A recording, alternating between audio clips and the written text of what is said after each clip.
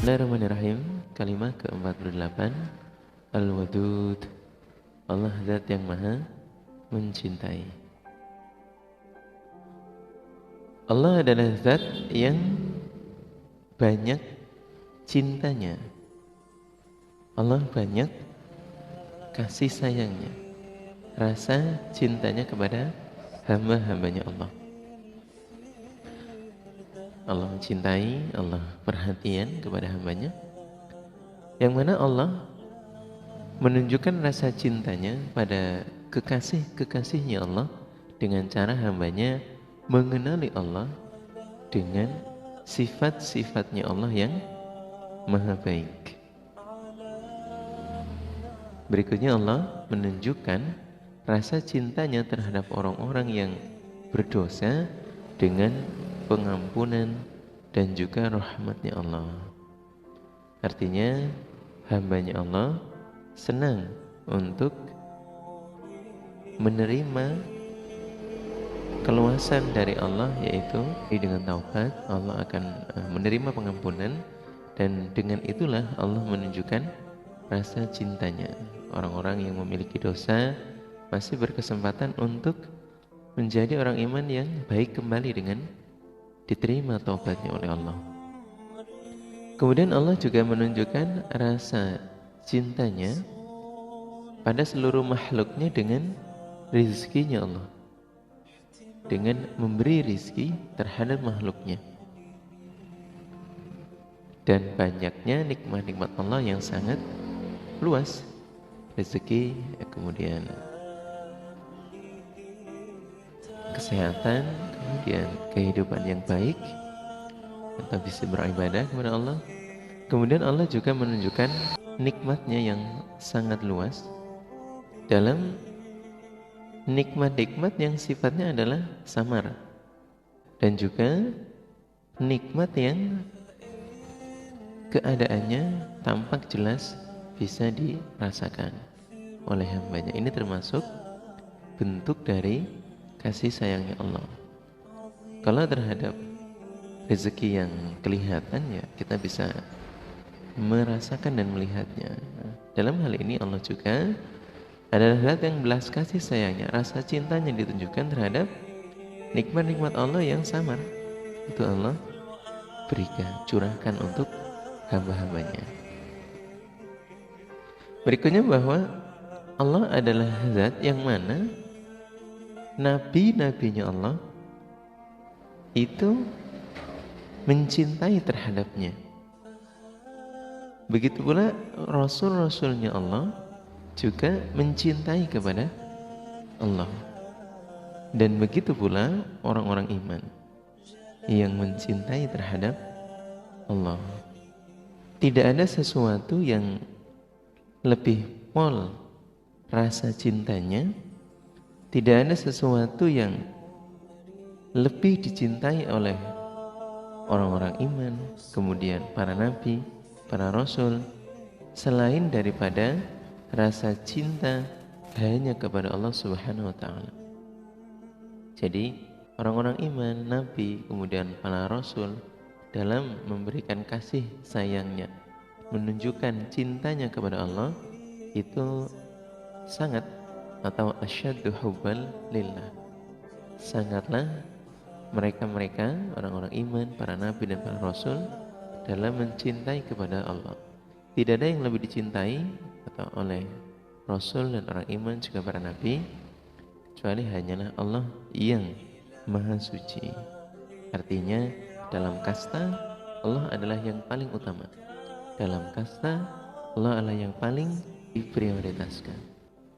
Maka Allah yang mencintai terhadap hambanya, begitu juga orang-orang iman yang mencintai terhadap Allah dengan sepenuh harapan kepada Allah, ingin mendapatkan janji-janji Allah, kebaikan-kebaikan Allah, kemaslahatan dari Allah.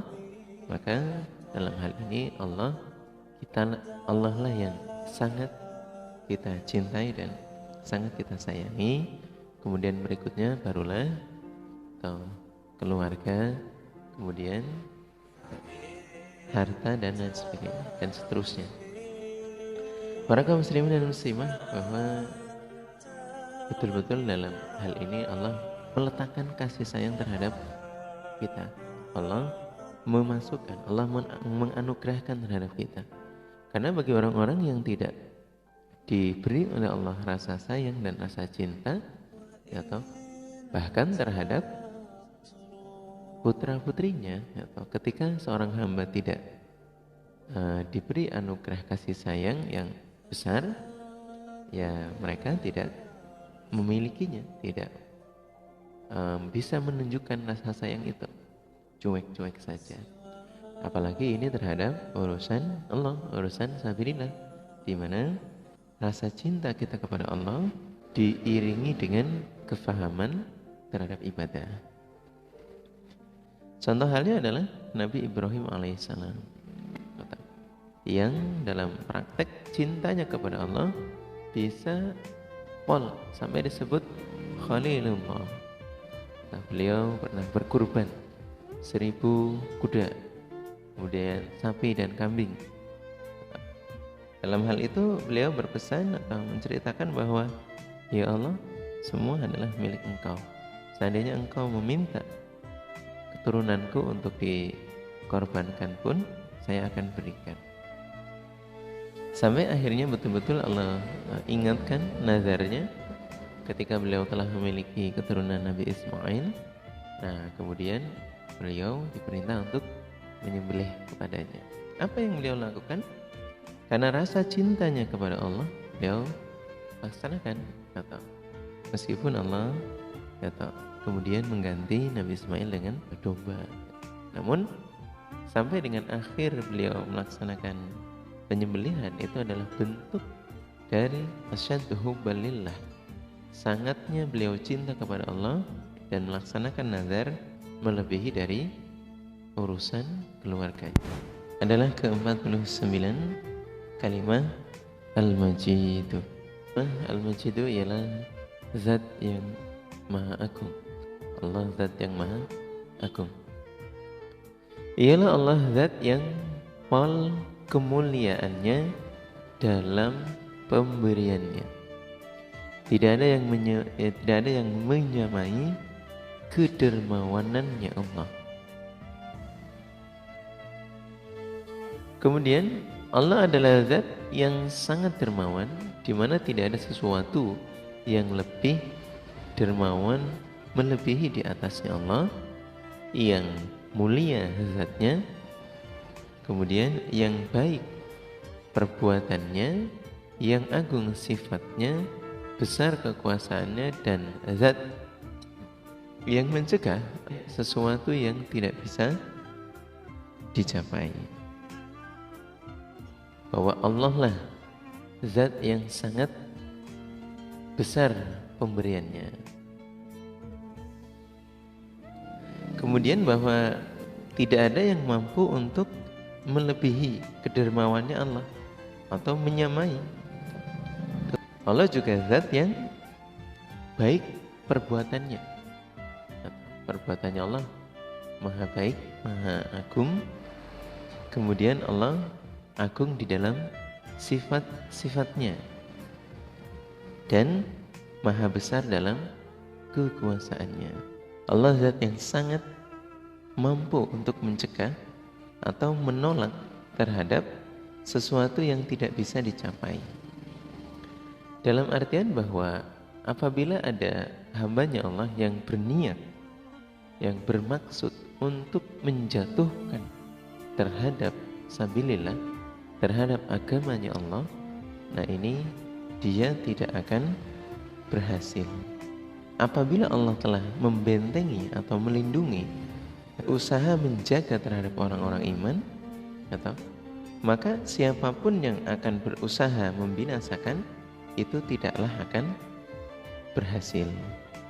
Kalau di atas adalah hal yang bermaksud menjatuhkan, itu tidak akan mampu, terutama lillahi kalimatillahi hiyal ulya, bahwa memang kalimatnya Allah ini telah sangatlah luhur.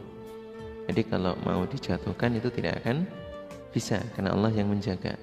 Kemudian bahwa apabila ada orang-orang iman yang Allah telah jaga, Allah telah bentengi terhadap keimanannya, kemudian agamanya, maka tidak akan ada yang mampu yang misalkan, tidak akan ada yang akan berhasil.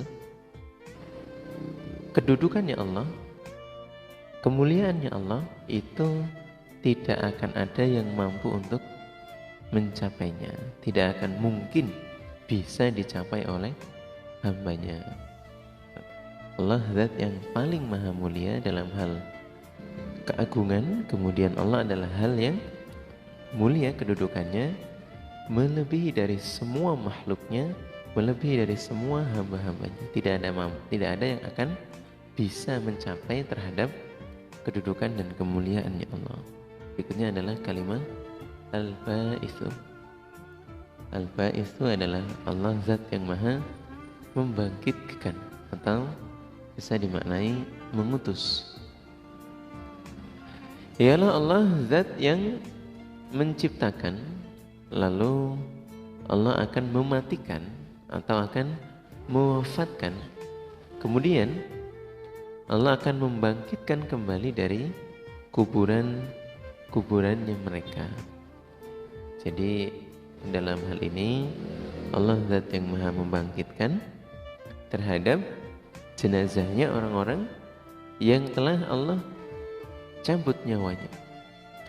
Yang kepastiannya adalah dalam hal ini Allah zat yang maha membangkitkan, menghidupkan kembali terhadap orang-orang iman dan juga orang-orang yang menentang, semuanya hambanya Allah.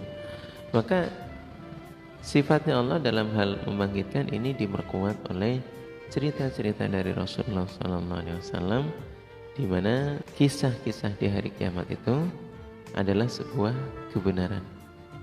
Allah zat yang maha membangkitkan ini kemudian nanti akan menghidupkan kembali dan mengumpulkan terhadap hambanya. Setelahnya dunia ini juga akan dirubah wujudnya, tidak seperti saat ini lagi.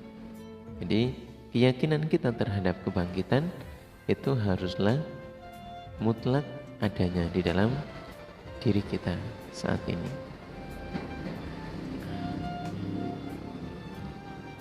Berikutnya adalah Allah zat yang mengutus utusannya dengan tujuan memberi kabar gembira dan kabar penakut, dengan tujuan supaya hambanya Allah mau beribadah kepada Allah dan mengajak pada keimanan kepada Allah yang maha suci dengan keesaannya Allah.